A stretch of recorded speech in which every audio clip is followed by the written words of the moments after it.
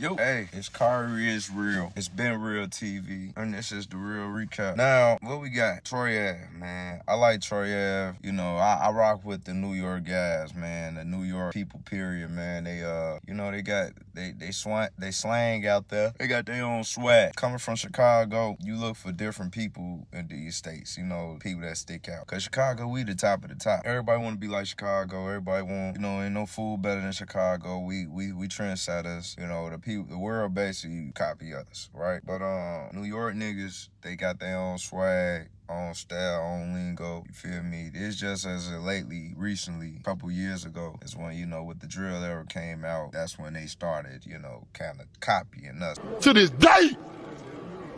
To this day! But they all had their own thing. But Troy Ave, I tell you what's that fact though, you know, it's a fact though that situation happened for real. The chef that Troy Ave was with is my sister, baby dad, cousin, some shit. You know, ghetto folk is always like that. Stop whooping like that, bro. Y'all ass be over whooping. Look, listen, man. Troy Ave don't do no stunts. He don't play around. He don't, you know, do the foolery, tomfoolery stuff, man. That's a real situation. His life could have been taken. But Troy Ave, man, it's something on him, you know. It's something he's doing wrong where he needs to change his life. He used to say this, but Troy Ave reminds me of Pac, right? Pac was an arrogant, cocky, you know, out loud type of dude. Flaunted it, you know, confidence more than anything. It wasn't fake, you know, and that brings a lot of hate when you're like that, when you that loud with your confidence or whatever. Troy Ave is gangster for real, man. Let's get it out there. Yeah, y'all can say he told, you can say whatever you want to say about dude, but he stood on it, man. Me personally, I'm gonna keep it real. I don't think it's telling if you letting people know that you tell, and you say do something about it. This is a new rule. I don't care. I ain't in the streets, but I'm going to enforce this new rule. It's a new rule out here, man. It ain't telling if the man telling you he told and he telling you to do something about it. Ain't telling. It ain't. That's a part of it. There's no rules in the streets. Ain't no rules in the streets. And that's one thing about it. If a person tells on you, told on you, I'm not ducking no smoke. It is what it is. Do something about it. Ain't telling. It ain't telling, man. So that's that. Now, one thing about it, you got a lot of people that saying it's fake. Troy is a real one. Like I say, he come from where he come from. He believes in God. You know what I mean? God protects him. God, he's chose. Troy is chosen. Now, he has made some mistakes in his past. Nevertheless, Troy Ave is chosen to be in the spot he's in. The thing is, he's doing something wrong that keeps this energy and these things keep happening to him. Now, everybody who's saying, oh, it's fake, it's this, it's that. A lot of people that's gonna watch this video never been in that situation. Never been in a situation where it's me and you. For instance, right? The guy that ran up on Troy Ave couldn't have been in that situation. He wasn't in that. He wasn't prepared. He dropped the gun and he looked scared. Body language looked scared. Troy Ave looked like he's been in that situation multiple times. Not one, not two, not even three. Maybe about 4 or 5 times. About that. Not 2, not 3, not 4. To the point where he expected, he felt, you know, it was an instinct thing. It wasn't, oh, well, you know, I'm just out here dangling. He could have been drunk, he could have been high. It didn't matter. He knew, he felt, pulled his gun out too quick, chased the dude down. I'm not letting you go. I want it. Either you gonna kill me or I'm gonna get you. That's what it is. Well, for instance, when you chosen and you had God on your side, right, you don't think like the normal man. You don't move like the normal man. For me, before I was robbed, right? I told the story in a previous YouTube video, man. But I was, you know, in college doing my thing. You know, zero to hero type story, you know. Making money, whatever. And, yeah, I got robbed, whatnot. I'm in the studio listening to some beats. But when the guys came in there, I see like 3, 4 niggas running through the crib, all black. 5 of them, all up. But not all, one up. One had a mask. One nigga run to the front door. I hop out. When they came outside, I used to smoke. The nigga, bah, shot his ass. Heavy. I was a heavy smoker. Niggas run out the door, they run out the door. And they came in, knocked on the door. Oh man, this chick downstairs, so I could get some weed. As soon as he did that, just take his mask off his head, looked at it, saw who it was. I'm like, damn. Guy came in, upped on, I think it was like 4'5" or something, 9, probably a 9. And he upped on me, and everybody panicking, everybody asking questions. First time they ever did something like this. The dude that came in there first, you can tell he was real calm.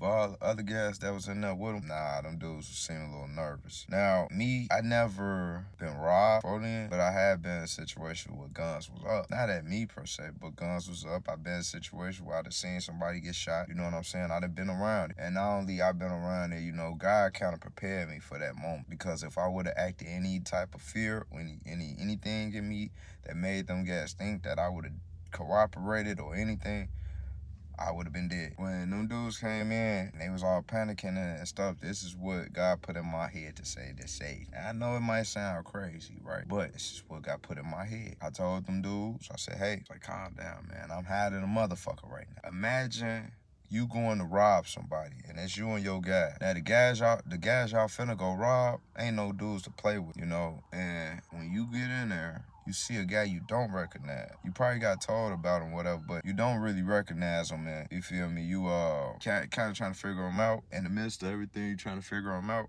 And while you trying to figure him out, he tells you, hey, man, y'all calm down, man. I'm hiding a motherfucker. It made your job much easier, right? You don't have to worry about this guy. He's telling you, it's cool. Now, he might come back and get you because he's real cool about it, right? But right then and there, good. But anyway, Troy Ave situation. Back to Troy Ave situation, right? Him being smooth, him being cool, you know, I'm talking about this moment right now that just got caught on camera. That saved his life. Him expecting it saved his life. I'm pretty sure I'm not even know. I ain't even in the streets. But every time I get out of my car, I look side to side. I do. It's an instinct. Troy Ave is up millions of dollars. Troy Ave has a name. Troy Ave has that gun, and that motherfucker is not safe. It was so smooth, people think it's a skit. That's why that a dude that wasn't ready to rob somebody chose Troy Ave. Thought he snitched. Oh, it's gonna be easy. No, you're gonna get smoked. Cause let me tell you this, if it was a real robber, a real killer, Troy Ave and that man would have been dead.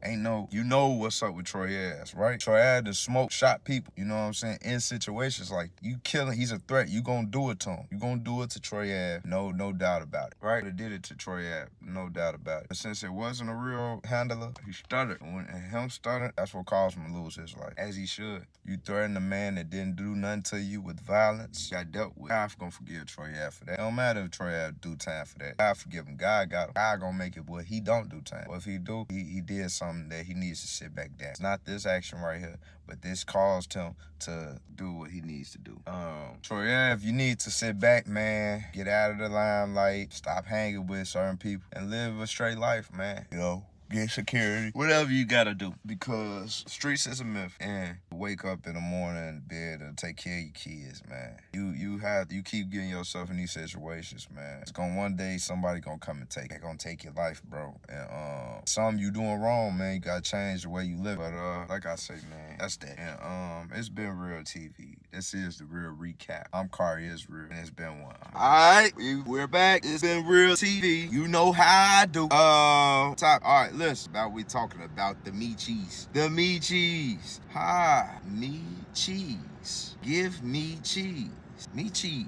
Not Meechy, me cheese. Crazy, man. Lil Meech. Let's go ahead and get it out. Lil Meech is not like that. Lil Meech is an bad habit, right? That's what he say. He has bad habits. All right, where these bad habits come from? Maybe it's because of the absence of his pop. Maybe because he knew his pops didn't really care about him deep down inside. Any man, and this is my opinion, any man that choose the streets over his child, in my big double bubble voice, trash. You understand what I'm saying? Can't care about it.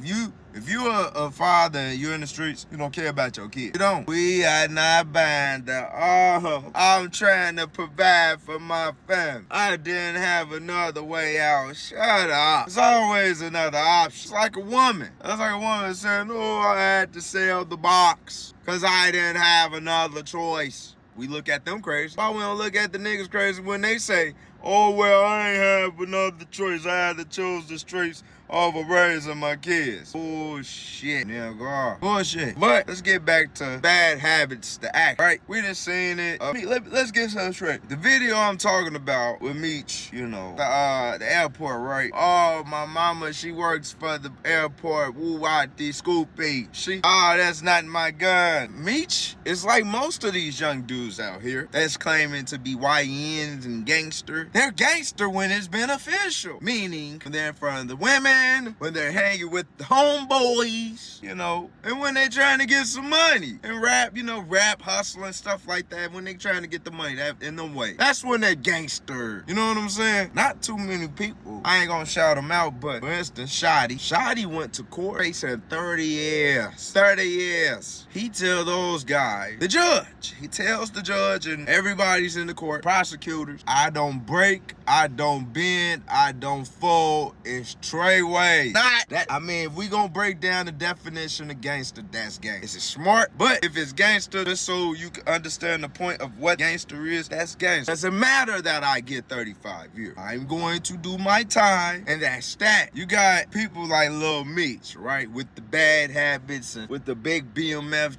chain on and stuff like that. You're not gangster. You're a drug addict, spoiled, sheltered kid. You didn't grow up like that, man. You didn't. Your father did not. The streets didn't choose your father. Your father chose the street. When you're talking about gangsters, most gangsters came up with mama was selling her body, pops was gone, didn't have no, probably raised by grandma, if that, but most of the time they're raised by the streets. Real gangsters are only raised by the street. There's no in between. You're not being a gangster is not it's not a thing. A lot of people want it because they have the carelessness, the mentality of carelessness, dude, and you know, all these other qualities that's messed up, right? Being gangster, nothing cool. You came up without your parents, 1, 2, you really raised in the streets, meaning you was homeless and you staying place to place with the guys. You're selling drugs early on, toting guns early on, you smoking, drinking, whatever your other vices is, having sex, you know, probably getting molested, you know what I'm saying? Streets, gangster, thug, you know what I'm saying? Gangster, gangbang, gangster, mob, sitting all correlates, gang, gangsters, you join the gang, you know. But when you got a guy like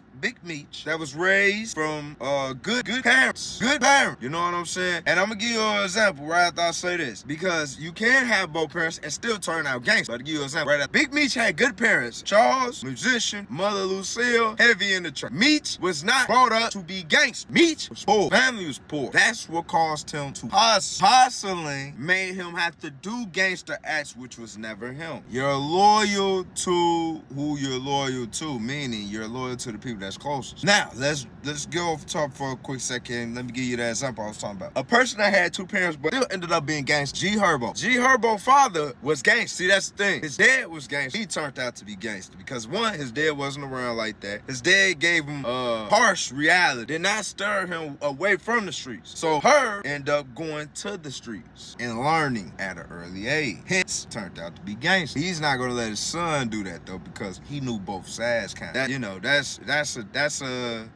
a rare case. That's a very rare case. But Big Meech never was gangster. Parents never was gangster. He learned gangster tactics from the streets, from hustle. Now, Little Meech is a spoiled drug addict kid that was sheltered. Pops wasn't around, granted, but he had a great mother, great grandmother, and all guys that his father was in cahoots with. All the guys his father was in cahoots with kept Meech from the streets. So Meech never had the opportunity to learn these. Nobody never taught Lil Meech the streets.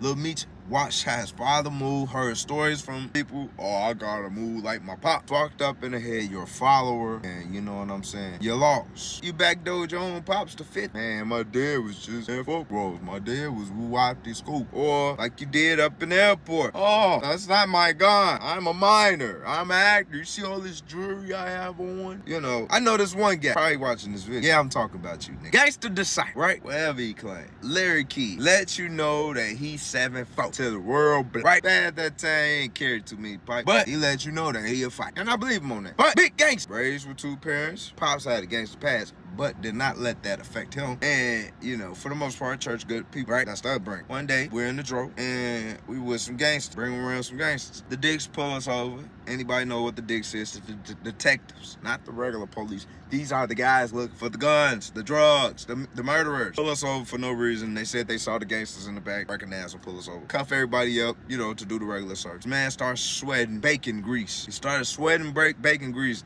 The big GD man started sweating bacon grease. And before he could even get in the car or anything, he tell the police, I'm a good man. I go to church, I sing in the choir. And the choir, he wasn't GD, gangster disciple. He was God's disciple. But I knew that all along. Sickening.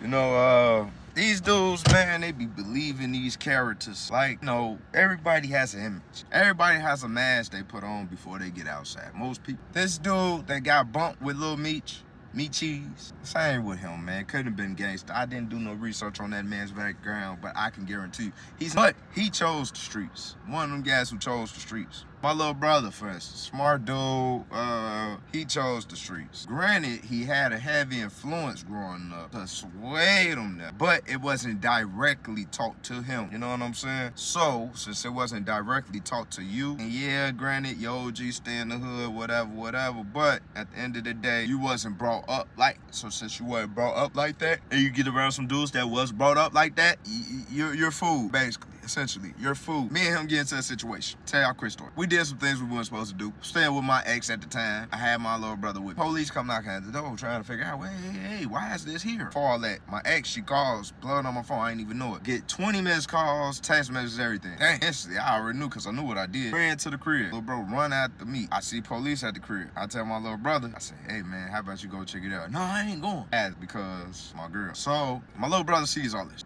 And long story short, he ended up getting his dumb ass called, and long story short, when he went in there, the detectives called my girl phone, asked to talk to me, hey, your brother says that why you're not in here with him. Nah, not the big stone, not the guy that's rolling with the moles and, you know, with the shits. Not him. Guess what? We're talking about a guy that chose the streets.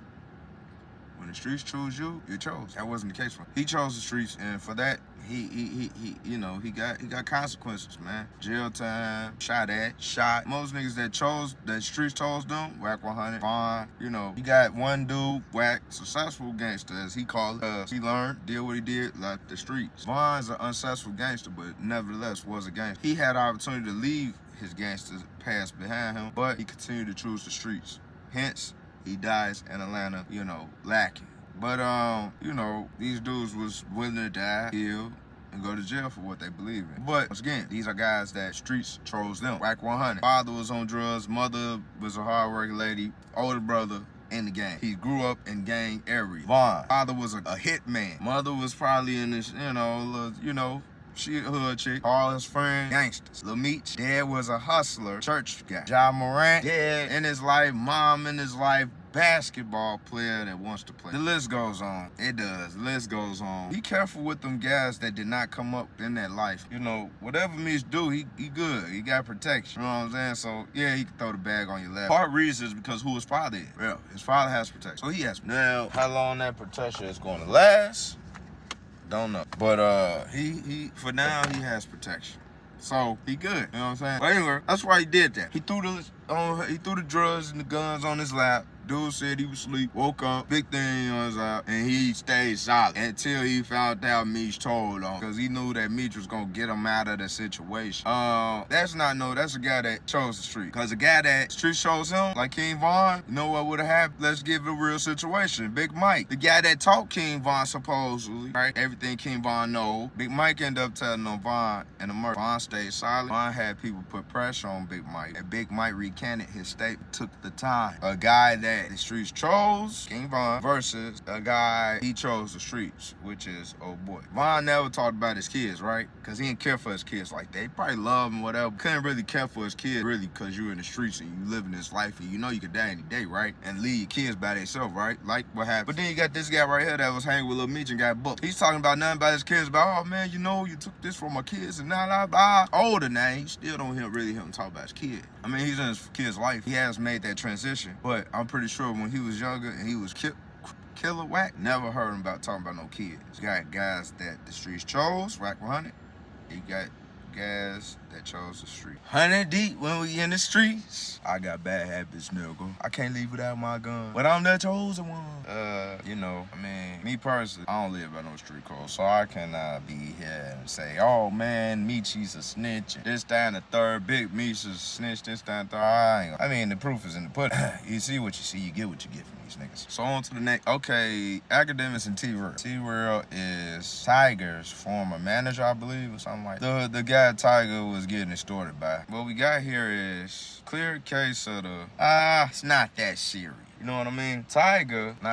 T-Real was out of town, out of the country, actually. Y'all know the story. Academics, he got a lot of money. He could pay the tough guy to be tough. You know what I'm saying? T-Real, some say he's from where he's from. Some say he's not. Me personally, I think he's affiliate. I believe he actually is not an active member, but he's a member. But T-Real had made some wild accusations on academics, man. Said that Ack is a PDF. And, you know, he said some other things about how he's gonna stand on business for Kendrick. One thing about it, if he was a monkey, he could not stand on no business because his hand is not able to lift or support anything, man. So what was he gonna do, shoot the guy? I mean, salute to T-Real for being a man and realize, hey, the internet is the internet. You know what I'm saying? And we gonna leave the internet. But me personally, I can't stand nobody who doesn't do what they said they gonna do. Now, at the same bro, I like the fact that, hey, you guys were men about it, talked about it, and, you know, T-Real drove the boat, according to that. Now, thing that I don't like, you misleading the youth. So many kids lost their lives probably because your influence. You saying that, hey, man, I stand on business, on merchant, saying you about this, about that. But when it was time to show up and show out, you was out of show and you ain't know where to go but the boat drive. I mean, listen, man, like I said, if it was me, you'll have to hurt some. You had to have harmed somebody of mine for me to want to do something to you wherever I'm at. I'm a civilian, right? So let me put it like this. If you unalive any of my family members, it's about to go down. You shot at me once before. It's about to go down. If you shot at any of my loved ones, it's about to go down. Anything with my kids, it don't matter if you say it or, you know, anything. It's about to go down. I'm crazy, I might say something crazy to you. I might mug you, waiting for you to, you know, pop up. But if you did anything physical, it's on site. You know what I'm saying? On site. I'm tell y'all, on site means it don't matter where we at. We could be at my mother's funeral.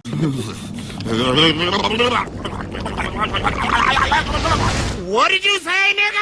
I'm taking off instantly, instinctively taking off. No thinking about it like, oh man, I shouldn't do this, I shouldn't do that. No, I'm coming to get you. And depending on how severe the situation is, dictates the reaction. But the thing is, when you gang banging and you call people certain names, like a snitch or a PDF file, so that's a death sentence. So you see the person supposed to do something automatic, right? T-Real did not do nothing. Once again, I remind you, he's not an active member. At the same time, he said what he said, and he's still a member. That being said, T-Real, I salute you for being a bigger man, letting that go, whatever the case is. But throw away the gang thing, turn your flag in, whatever you gotta do that. Don't mention no more people that you have problems with unless you're clearly letting them know it's troll. Unless it's clear that it is trolling. And, you know, just be a great podcast. I like your content, you're entertaining. I like the interview you did with her. I feel like you get the, you know, the authenticity side of people out of them.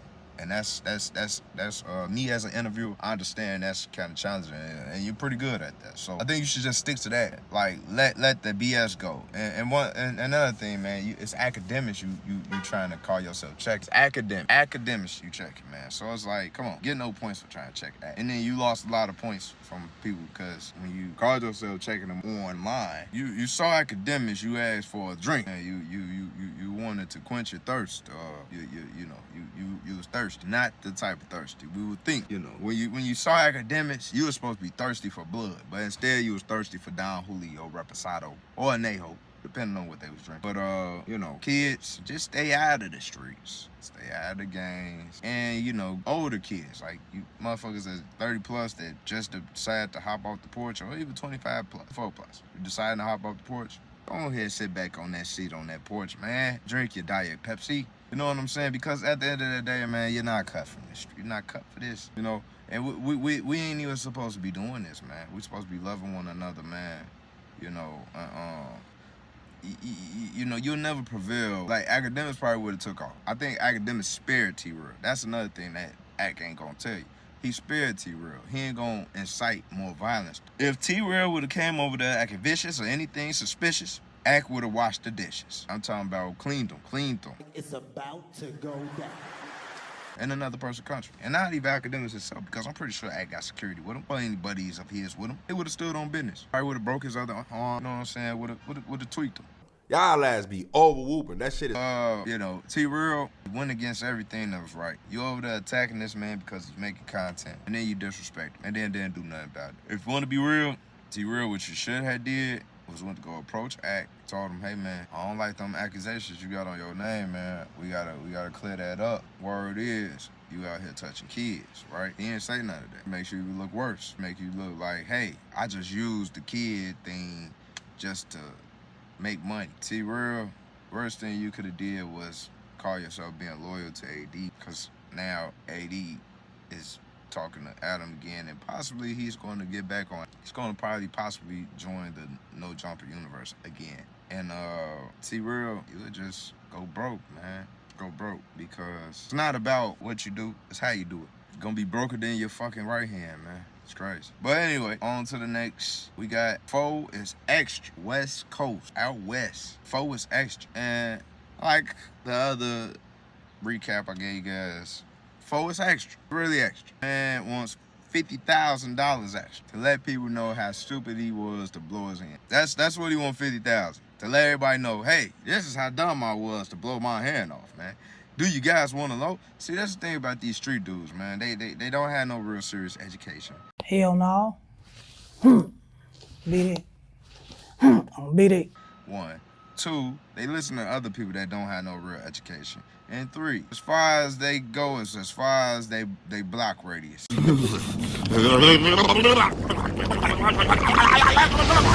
did you say, nigga? When it comes to need an extra hand, is that what you're trying to get the $50,000 so you can pay for that hand? Just keep it real, man. Try to go fund me, man. Say, hey, man, I need another hand. I need a hand trying to get a hand. Please help me, man. Instead, you diss the white man. The white man that put you on. Adam is taking this personally, of course. You feel me? Oh, it's gonna be new negotiations when you come back. If I was you, I wouldn't go back. Start your own thing if you think you could do that. I doubt it. You know, your pull is, you know, literally with your right hand. You know, that pull, you can't pull nothing with your right. But also your pull is, you know, you ain't got no pull for real, man. Either way, hand-wise, yeah, 4 extra, man. You should have just been quiet. Shut up. Let the people throw numbers out there. All you probably would have got was good $1,000, $2,000, $2,500 if they really fucked with you. Do your homework. $50,000 to tell people why you blew your hand up, how you blew your hand up. You gotta understand, man. These people ain't as slow as you. They actually got education and, you know what I'm saying, went to school, stuff like that. You on the other hand, my friend, you on the other hand, it's crazy. You on the other hand don't have a hand. And you will not be getting a hand and a helping hand with that $50,000 you're trying to request. See, he's trying to get a helping hand for his non-active hand with, you know, with that $50,000. Don't let that go over your head. You know what I'm saying? But you know, 4 extra, I feel like I like 4 extra because he's authentic. I think he lost a little bit of his power. You know the what's that, Rapunzel or not Rapunzel? Samuel, you know, the guy in the Bible who had the long hair and then the girl cut his hair and he lost his strength. It's kind of like you, man. You know, you lost your strength when you lost your hand. You had all this arrogance and being prideful and think you was the big dog. Went against you, man. Went against you, man. Get well, though, man. I hope a speedy recovery for you, my brother. Please don't take this personal. Don't want to swing on me, man, because I'm not going to fight you. I'm going to knight you. Or you might knight me. But I'm just saying, like, you know, I ain't fighting no dude. Even if you got one hand tonight. Y'all heard in my last video. Neon's interview with the Breakfast Club. Neon said, no, the Breakfast Club disrespects Neon. Even make him apologize for everything while also rebranding again. And it worked. 200+ K followers in 2 days. Not bad. For a bunch of people on that platform, Just Hilarious, Lauren, DJ Envy, and Charlamagne the God, you know what I'm saying? For them not to know who Neon is. They did a hell of a job. Also, they did a hell of a job with help him rebrand himself. I'm pretty sure he came to the Breakfast Club with the game. Like, hey, you know, I want to rebrand myself, blah, blah, blah. I said a lot of stuff. This is a perfect platform I could do this on. And that's all that happened. Neon is very smart. And I wouldn't be surprised if he set this up, you know. And even if he didn't, like I said, it was an angle that the Breakfast Club took. A clear giveaway. If you're smart enough, you will know when Jess Hilarious was like, yeah, my aunt is Harriet Tubman. Whooping like that, bro. You can't be serious. You know, you have to be trolling. You can't not like a person trolling them in that manner. That was very offensive for her to even lie and say that Harriet Tubman was her aunt. You know what I'm saying? So it's just lighthearted conversation, little trolling, little jokes. And even if Neon wasn't aware of it, look how he handled himself. Good rebrand from him. You know, that's gonna take him to the next level possible. And yeah, I don't know what Charleston White said. I guess he was talking shit. A lot of hypocrites, man. That's a lot of hypocritical shit going on, you know, in the YouTube entertainment, streaming era. There's a lot of hypocrites. You know, when Aiden got on there, I don't even think Aiden knew, but he still backed up his boy. You feel me? Because that's his boy. Let me see. I'm finna check it out right now. Even Neon reposted. Breakfast Club, it goes completely wrong. It's just to get people to come and watch the interview. Nothing to see here, folks. Really didn't even need to talk about this one, but just had to give you guys the real, you know what I'm saying? Just had to let you guys know, you know, on the real recap. This is what we do. We don't do the cap. We do the real recaps. You know what I'm saying? That's what we do. We keep it real and we keep it out there. Now, Neon is one of my favorite streamers. I like Neon. I love to work with him. I will work with him one day. I think he is on the Castanet level. Not just quite yet, but potential to be on the Castanet level. This is what he needs to do. Rebrand himself. He's definitely better than Aiden. He's more authentic. He's more entertaining. He has that it factor. You know what I mean? And he's a Leo. I hate to say it. It sounds all, you know, girly talk when you talk about astrology signs and all that. But yeah, he's a Leo. You know, it's just, I don't know, it's a Leo thing. You know what I mean? But anyway, man, Neon, keep doing you, man. Breakfast Club, great interview. You know, your audience doesn't know who Neon is. You have to get the people to watch, and you guys did a great job once again. Me, personally, I watched the interview. They never said nothing disrespectful. Never talked bad on him. Never anything. They just held him accountable for all the things he said. If they felt like Charlemagne, for instance, right? Charlemagne did not invite 6ix9ine back on that. He did not want to invite 6ix9ine back on that. He did not want to invite Birdman. I don't think Birdman wanted to go on there. Put some respect on my name. You understand me? When y'all saying my name, put some respect on it. That's just what it is, man. If they didn't like the guy, if they felt like he was really offensive and all these things he said was a negative connotation, you know, very negative, you know, for their content and for their audience, they wouldn't have had him on. And if they felt that he just wasn't worthy, they wouldn't have had him on there. So since they had him on there, they had a good conversation. And it was a good interview. That's that, man. That's that. Now, next, a recap on It's Been Real TV. I am Kari Israel, and I'm out of this motherfucker, man. All right.